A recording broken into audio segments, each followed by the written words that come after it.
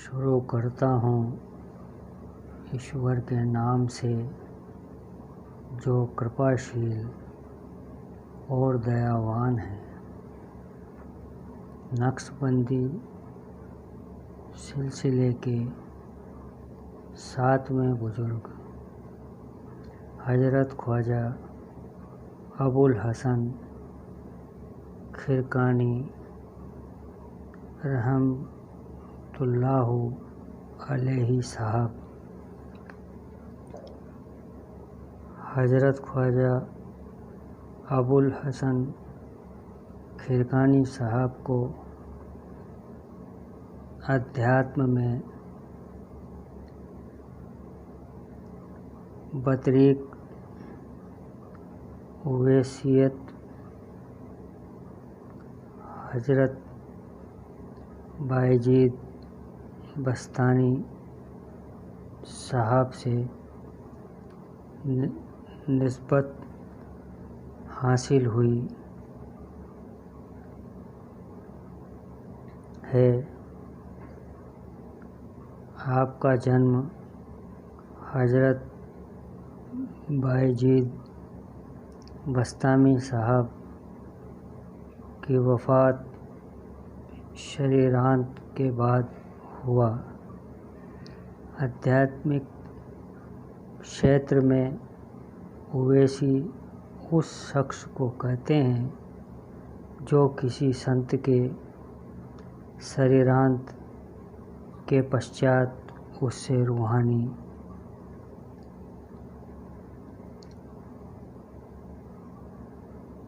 निस्बत यानी आध्यात्मिक संबंध हासिल करे और उससे रूहानियत की तरबियत यानी आध्यात्मिक शिक्षा ग्रहण करे। कहा जाता है कि 40 साल तक आपने सर पर तकिया नहीं रखा और सुबह की नमाज इशा की वजू से पढ़ी। एक बार आश्रम में आपको तमाम मुरीदों तथा दरवेशों के साथ रहते हुए 7 दिन व्यतीत हो गए, लेकिन कुछ भोजन को न मिला। एक दिन एक शख्स कुछ भोजन सामग्री लेकर आया और आवाज़ दी कि सूफियों के वास्ते लाया हूँ। आपने फरमाया कि तुम में जो सूफी होवे इस भोजन सामग्री को ले ले, लेकिन मेरी हिम्मत नहीं पड़ती कि जो सूफी होने का दावा करूं। अतः किसी ने भी उसे न लिया। आपकी धर्मपत्नी बहुत तेज मिजाज की थी। एक बार एक संत आपके दर्शनों के लिए आपके घर आए और आपकी बीवी से पूछा कि हज़रत शेख अबुल हसन साहब कहाँ हैं। इस पर उन्होंने बहुत झुंझलाकर जवाब दिया कि तू ऐसे नास्तिक और बुरे आदमी को शेख कहता है। मैं किसी शेख को नहीं जानती। हाँ, मेरा शौहर लकड़ियाँ लेने जंगल गया है। वह संत जंगल को गए तो देखा कि हज़रत अबुल हसन साहब सैर पर लकड़ियों का बोझ रखे चले आ रहे हैं। वह संत आपसे बोले, यह क्या माजरा है।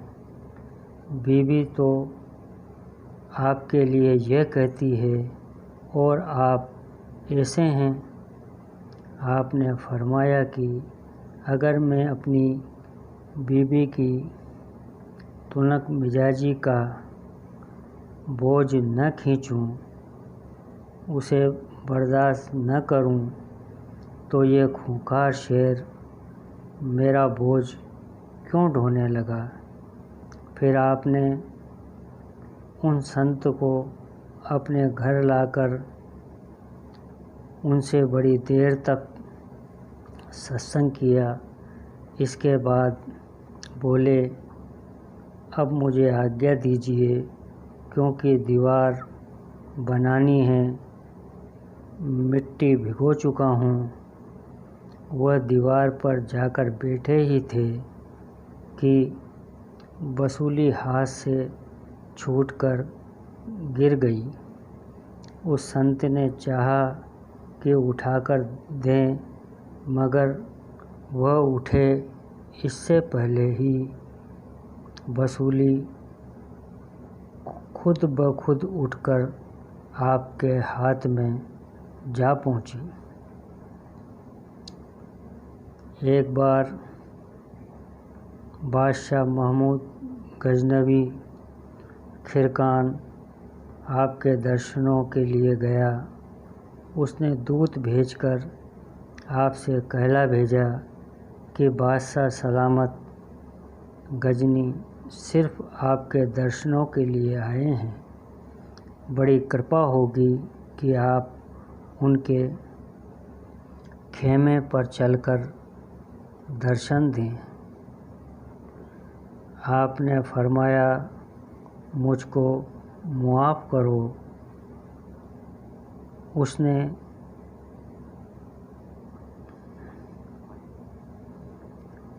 मैं अल्लाह की इबादत में इतना तल्लीन हूँ कि रसूल की इताअत के लिए भी कोई वक्त नहीं है। फिर दुनिया की सांसारिक हकीमों का तो जिक्र ही क्या है। उनका उत्तर सुनकर बादशाह बहुत प्रसन्न हुआ और कहा, मैं उनको जितना ऊंचा सूफी मानता था, उससे भी वह ऊंचे हैं। फिर बादशाह खुद हाजिर हुआ। बादशाह ने अर्ज किया, कोई ख़ास दुआ मेरे लिए कीजिए। आपने फरमाया, ए महमूद, तेरी अंत श्रेष्ठ हो। इस सत्संग के बाद बादशाह ने अशरफियों की थैली आपको भेंट की। आपने एक सूखी जौ की रोटी बादशाह को दी और कहा, इसे खाओ। बादशाह ने एक टुकड़ा तोड़कर मुंह में रखा और देर तक चबाया। आपने फरमाया कि शायद यह निवाला तेरे गले में अटकता है। बादशाह बोला, जी हाँ। आपने फरमाया कि तेरी अशरफियों की थैली भी मेरे गले में इसी तरह अटकती है, तू इसे वापस ले जा। उसने अर्ज किया कि इसमें से कुछ तो कृपा करके स्वीकार कर लें। आपने फरमाया, बिना ज़रूरत कोई चीज़ लेना ठीक नहीं है।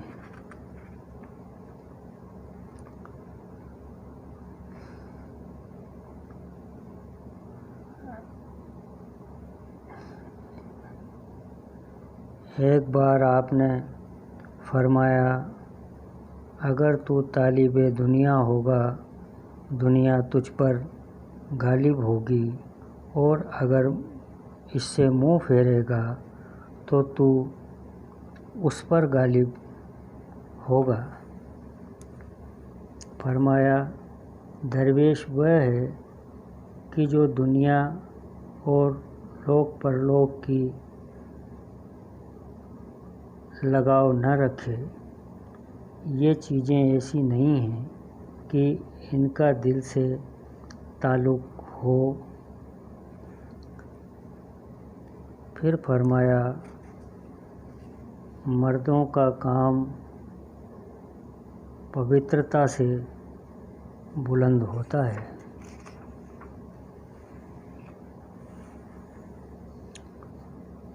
आपने फरमाया, अल्लाह की तरफ जाने के रास्ते बहुत हैं। जितनी प्राणी मात्र अल्लाह ने पैदा की है, बस समझो उतने ही रास्ते हर प्राणी अपनी सामर्थ्य और स्वभाव की हद तक उसकी तरफ जाता है, और मैं हर रास्ते से गया, लेकिन किसी रास्ते को मैंने खाली न पाया, बल्कि हर रास्ते में एक प्राणी को चलते देखा। मैंने दुआ की कि मुझे वह रास्ता बता जिससे सिवा तेरे और मेरे दूसरे की गुजर न हो। आवाज़ आई, गम और अंदोह यानी कष्ट और शोक का रास्ता ऐसा है जिसमें कोई जा नहीं पाता। गम और अंदोह में शुक्र करने वाला अल्लाह की समीपता अपेक्षाकृत औरों के जल्द हासिल कर सकता है।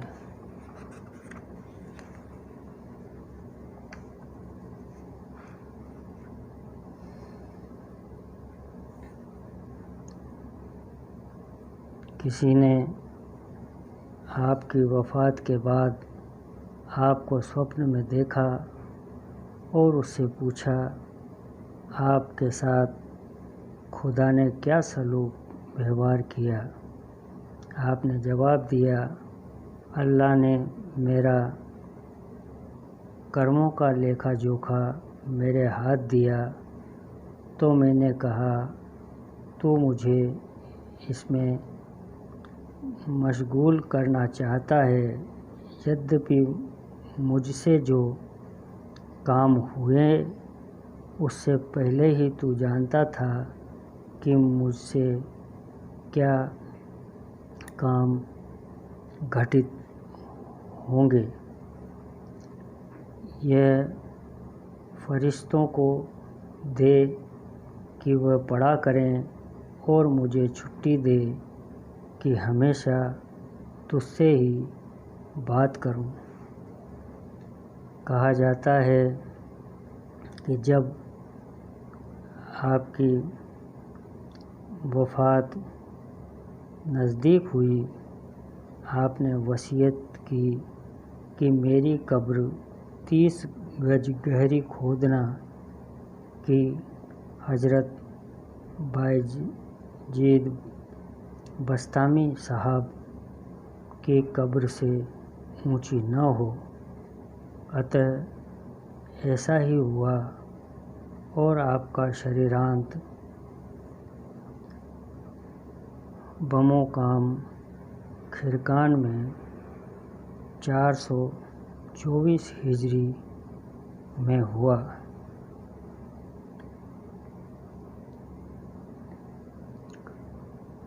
नक्शबंदी सिलसिले के 8वें बुजुर्ग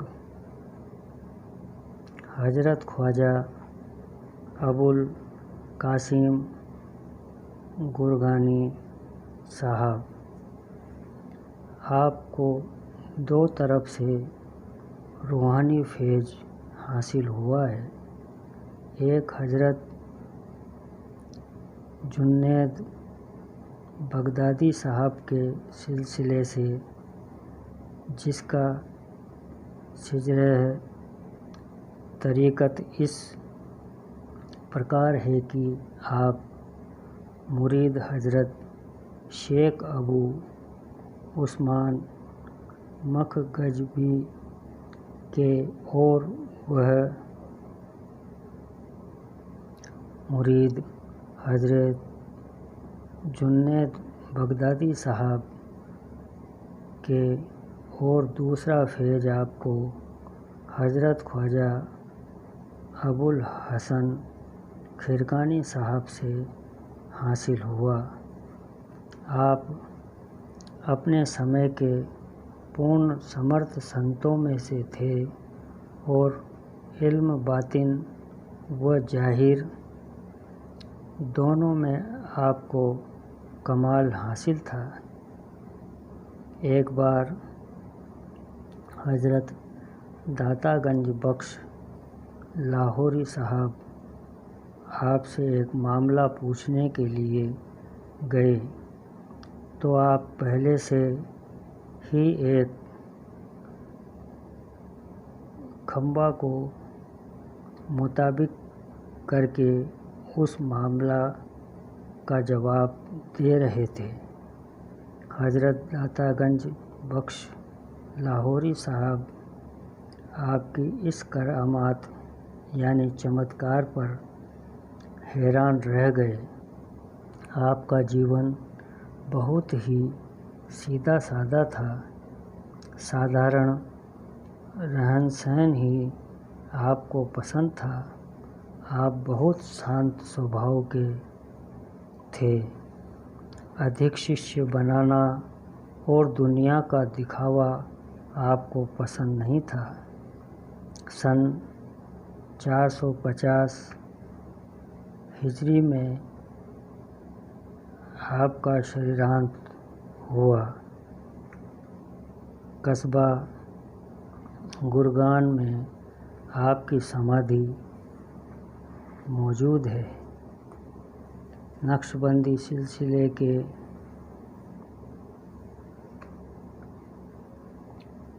9वें बुजुर्ग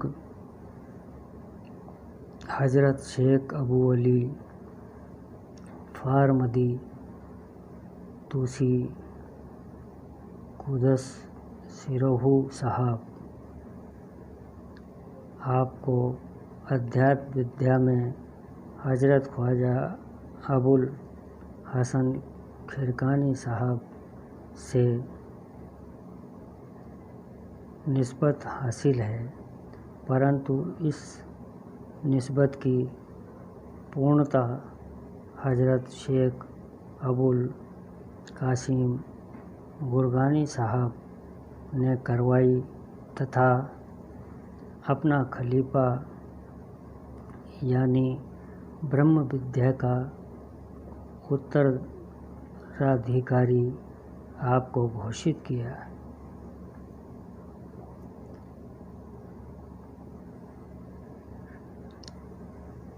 आपने फरमाया है कि युवा इस अवस्था के आरंभ में मैं निशापुर इल्म जहारी यानी सांसारिक विद्याएं पढ़ने गया था। वहाँ मैंने सुना कि हज़रत शेख अबू सईद अबुल खैर साहब 1 महीना से आए हुए हैं और उपदेश देते हैं। मैं उनके दर्शनों को गया और उनकी सूरत देखकर मुझको उनमें एक इश्क यानी प्रेम सा हो गया। इस सिलसिले की मोहब्बत मेरे दिल में समा गई। एक रोज़ घर बैठा था कि एकाएक मेरे दिल में हज़रत शेख अबू सईद साहब के दर्शनों का शौक़ बड़ी बेचैनी के साथ हुआ। यद्यपि वह वक्त शेख के बाहर निकलने का न था। इरादा किया कि अभी न जाऊं, मगर सब्र न हो सका, अतः बेबसी की हालत में उठकर बाहर गया। जब चौराहे पर पहुंचा तो क्या देखता हूं कि शेख रहम साहब अपने मुरीदों के साथ चले आ रहे हैं। मैं उनके पीछे हो लिया। जब वह एक जगह पहुँचे, मैं भी उनके साथ चला गया। एक कोने में जाकर इस तरह बैठ गया कि शेख रहम साहब की नज़र मुझ पर ना पड़े। वहाँ समा शुरू हो गया और शेख रहम साहब को रूहानी आनंद की अधिकता से आत्मविस्मृति की स्थिति पैदा हो गई। अतः उन्होंने कपड़े फाड़ डाले, उस समा से निर्वस्त्र हो लिए और कपड़े उतारे और उनको टुकड़े टुकड़े कर दिया। एक आस्तीन अलग रखी और आवाज़ दी, अबू अली तुसी कहाँ हैं?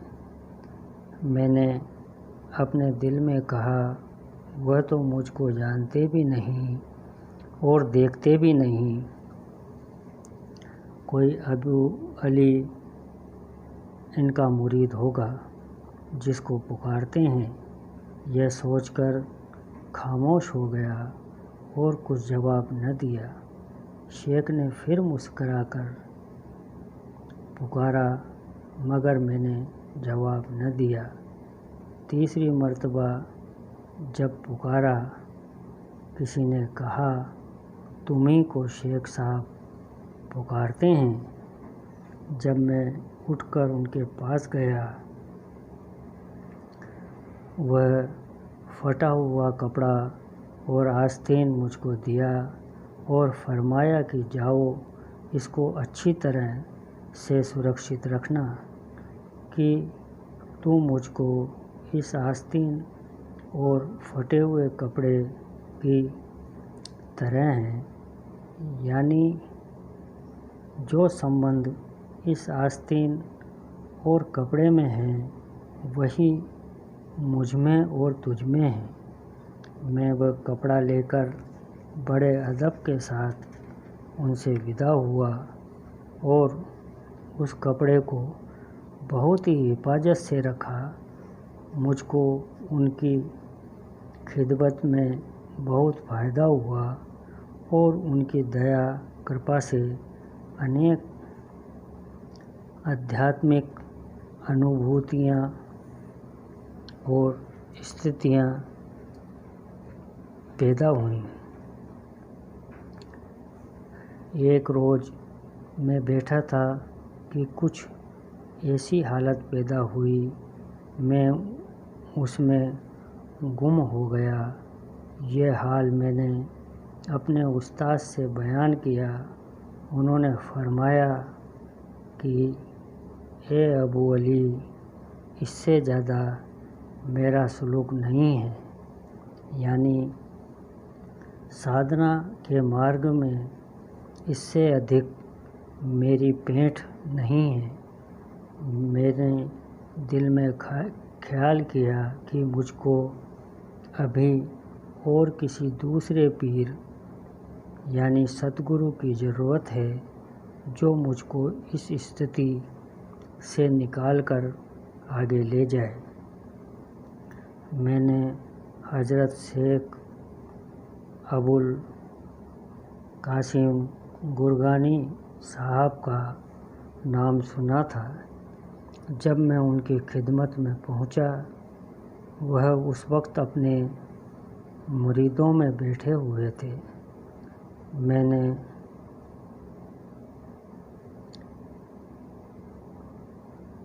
दो रकअत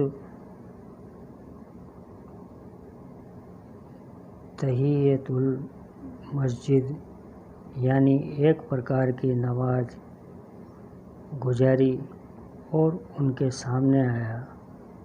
वह मरकबा यानी ध्यान में बैठे थे।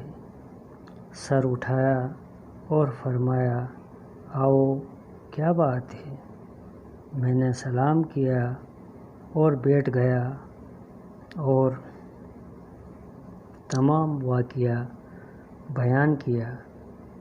शेख साहब ने फरमाया, हाल प्रारंभिक स्थिति तुम्हारी अच्छी है। अगर तुम्हारी तबीयत शिक्षा दीक्षा हो तो ऊंची स्थिति पर पहुंच जाओगे।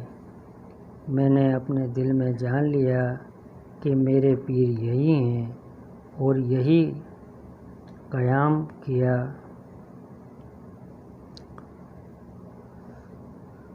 यानी रुक गया। उन्होंने बहुत दिनों तक मुझसे तरह तरह के तपस्या और अभ्यास कराए। इसके बाद अपनी लड़की का विवाह मुझसे कर दिया। अभी शेख साहब ने मुझसे धार्मिक उपदेश देने को नहीं किया। फिर एक रोज़ में शेख अबू सईद साहब के पास गया। उन्होंने फरमाया, ए अबू अली, बहुत जल्द तुमसे अहले तूस के लोगों से उपदेश कराएंगे। हज़रत अबू फारमदी साहब का कहना है, इस बात को बहुत दिन नहीं गुजरे थे कि शेख अबुल कासिम साहब ने मुझसे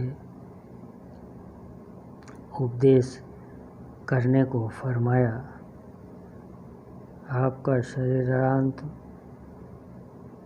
मुकाम तुस में सन 477 हिजरी में हुआ। बंधुवर, अगर आपको ये वीडियो पसंद आई हो तो हमारे चैनल राम समाधि आश्रम संत थानेदार को लाइक व सब्सक्राइब करने की कृपा करें।